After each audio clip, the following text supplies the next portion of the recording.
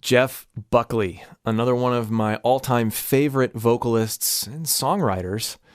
Jeff Buckley is the master of improvisational singing, as far as I'm concerned.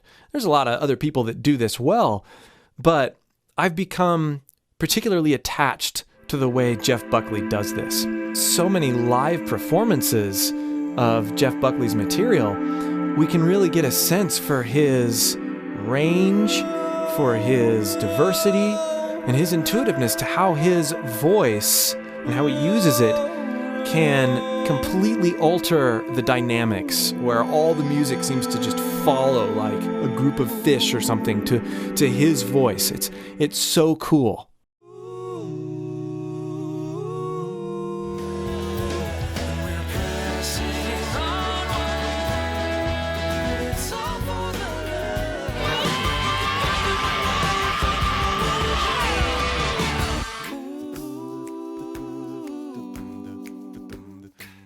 Now, you can't have a discussion about Jeff Buckley without talking about three things: compression, in the unique way that he positions it and uses it, vibrato, and the ability to exploit and use his break musically. So those are the three things we're going to be really diving into as we go through some musical examples. And I've chosen primarily live musical examples to go through. And one more thing. These things that we're going to be talking about today are not foundational singing things. If you want help developing a solid foundation for your voice, or you want to take any of these things that we're talking about to a deeper level, be sure to click the link below and join my free vocal course. Oh, and there's a fourth thing that we're going to be talking about today, and probably the most important out of any of them, and that is the connection between the music, our emotions, and how we choose to express an emotional response through our voice. This is something that Jeff Buckley, for all his other things that he does and the techniques we're going to discuss, this is something that he is just a master at. And so we're going to explore what that looks like to start connecting those things together towards the end of this video. So be sure you stick around at the end of the video. Let's get into his first example here. This is from So Real, live at Wetlands. This one was recently released. It's cool stuff. Here we go.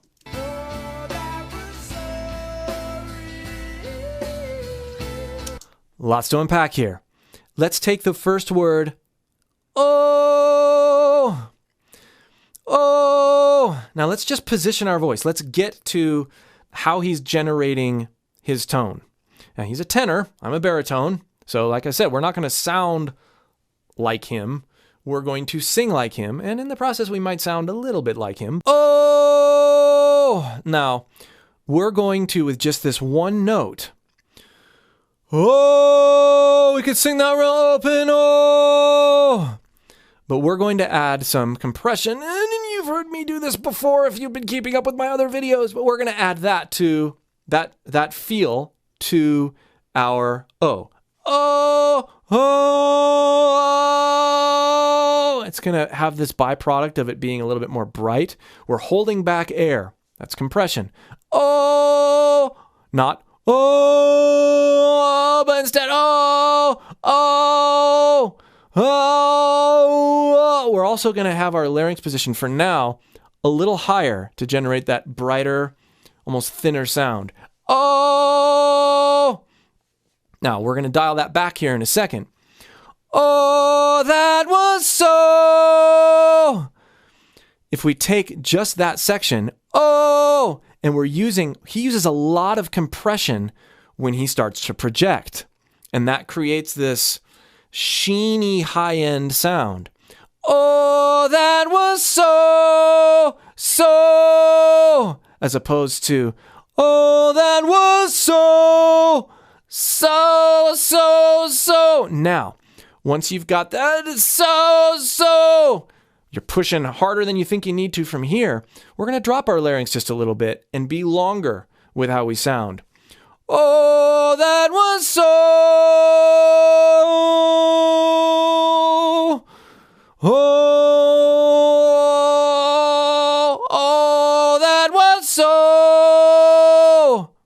Now, if you need help dialing in this feel, imitate a crazy clown.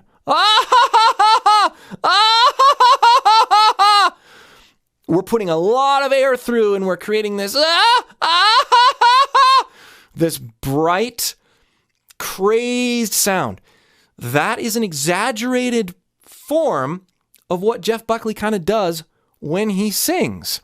And this makes it easier to accentuate and use his break in a musical way too, as I'll demonstrate in a second. So let's take this beginning of this section here.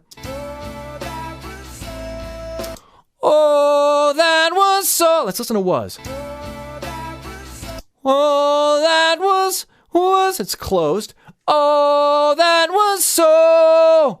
Oh, that was so. You can hear that sheen. Now let's go into his break there. You can really hear it on so.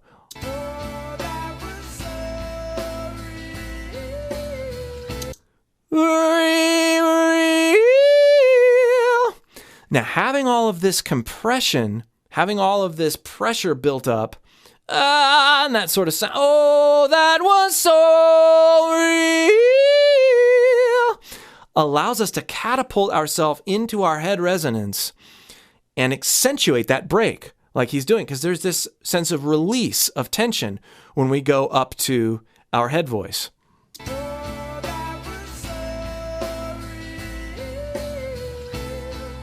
Oh, that was so real. Oh, that was so real. Oh, that was so real. Oh, that was so. Let's exaggerate it and then dial it back. Oh, that was so real. And let's make it more real world. So that highly exaggerated one, I was super flexed from. Oh, that was. Oh, that was so real. Oh, that was so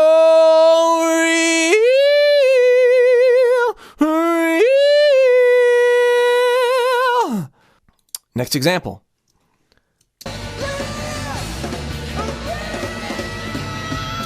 Ooh. So we're going to take the crazy clown up a notch here, and we're going to follow that hyper compression that we're doing down here up in our range. So instead of breaking, see, he's hitting that note. I'm hitting that in full head resonance there, but I want to hit it in a bright mix. Yeah, real. And he's primarily clean. There's a little bit of breakup there, but it's not like he's going for breakup. There's this intentionality in his intensity, and then he ends up just breaking up a little bit on that second note just because. But it's not something he's going for. That's an important distinction. Yeah, real. Let yourself crack as you're dialing it in. That's okay. But let's get there. Real bright hyper compression. Slide up with your crazy clown. Real. Hold that pressure down here. Make sure you're relaxed here. Push up, and you might hit that pitch. Real.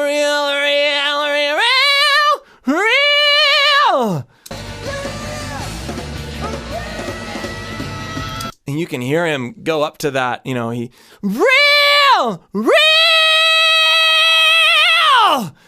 And there's this grit that ends up happening. Now, if we really want to break this down, there is vocal fry being used there. And I've covered that on other videos as well. But I would say that in this case, there's no consciousness about that.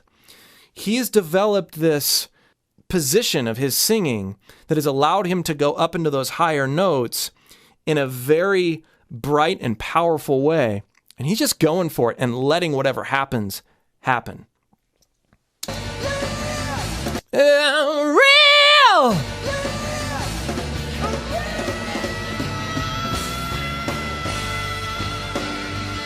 And you can even hear later on here.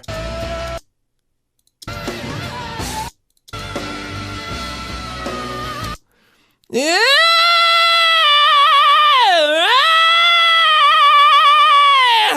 There's all sorts of things happening in his voice that he may not even be meaning to have happen, but he's so wrapped up in things, and he's using this positioning.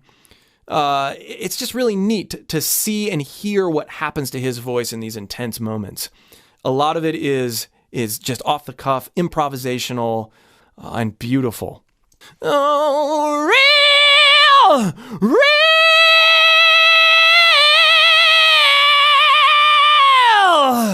Here's our next one. This is from Grace live at Wetlands. Ooh, lots to unpack here too. I'm not afraid. I'm not afraid. I did a little bit more articulation than he's doing. I'm not afraid. Afraid. I'm not afraid. Oh, yeah, this is cool. Lots to unpack. Now, even in his lower tone here, there's this open, compressed sound he's using. It's, I'm not afraid. I am not afraid. There's not a ton of it, and I'm exaggerating that a little bit. It's not, I am not afraid. Although you've heard him sing that way, and we're going to hear him sing that way more towards the end in this same area of his voice. I am not afraid. It's important to be able to do that and then dial it back. This is lots of compression. I am not afraid. This is no compression, just less airflow. I am not afraid. Which we don't really hear him do a ton.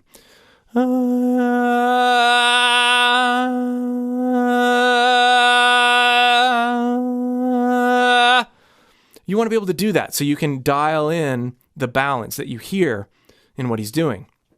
And for your own singing versatility. Gets that brightness by adding more airflow and placing it forward and being nasal. Yes, nasal. I'm not afraid.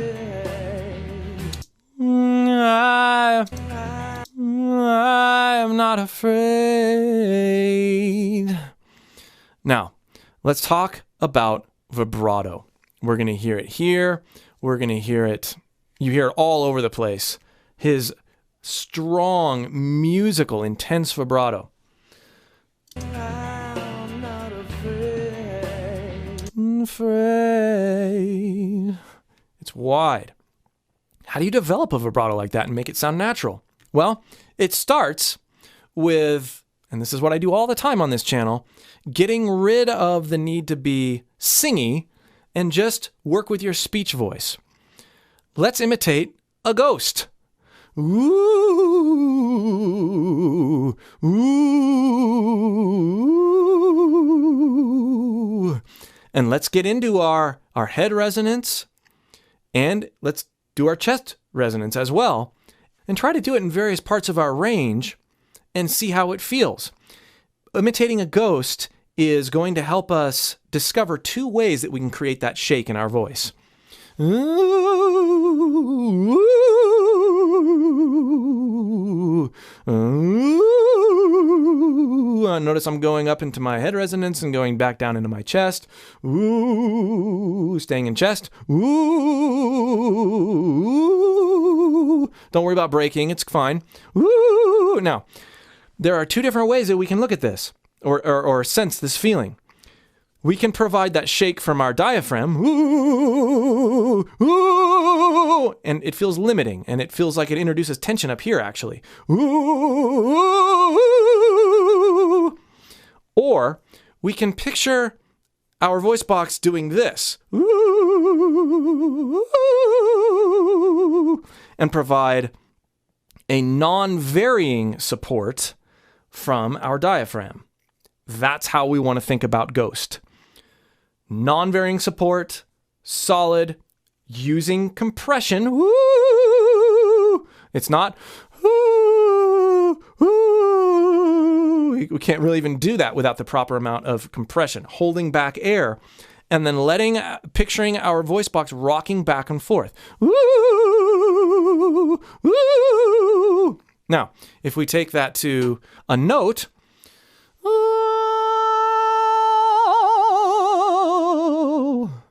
you can hear the musical connection.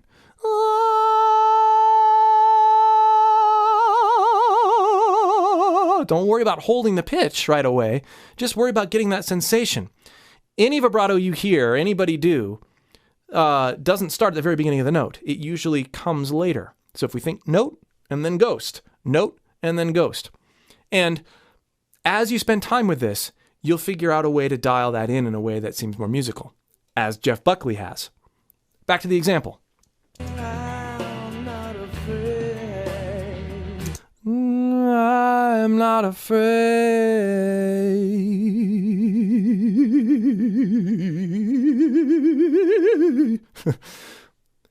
Tame it down a little. I'm not afraid. I'm not afraid. Next. My body turns. Ooh, that's a good one, and it has some vibrato, and it has some good, clean, chesty mix. Remember the crazy clown? My, not my, it's bright. It's bright, but also long. My body turns. My body turns. Isolate that note and practice the ghost on it. It's not my body turns. That's too much. My body turns. Now, the other thing he does at the very end of this, he allows, using his vibrato, he allows himself to go in to his falsetto at the very tail end of this. He does this a lot, where he backs off his support, maintains that same note, and then lets it trail off into something more tender. My body turns. Again, I'm exaggerating it, but that's what he's doing. My body turns. My body turns. My body turns. It's very tail end. My body turns. My body turns. My body turns. Maintaining that consistency and that brightness because of the way he uses clean compression is allowing him to access that note in a way that is forward and present and awesome, but not turn. It's not this, full out belt. My body turns. Super cool. My body turns. My body turns.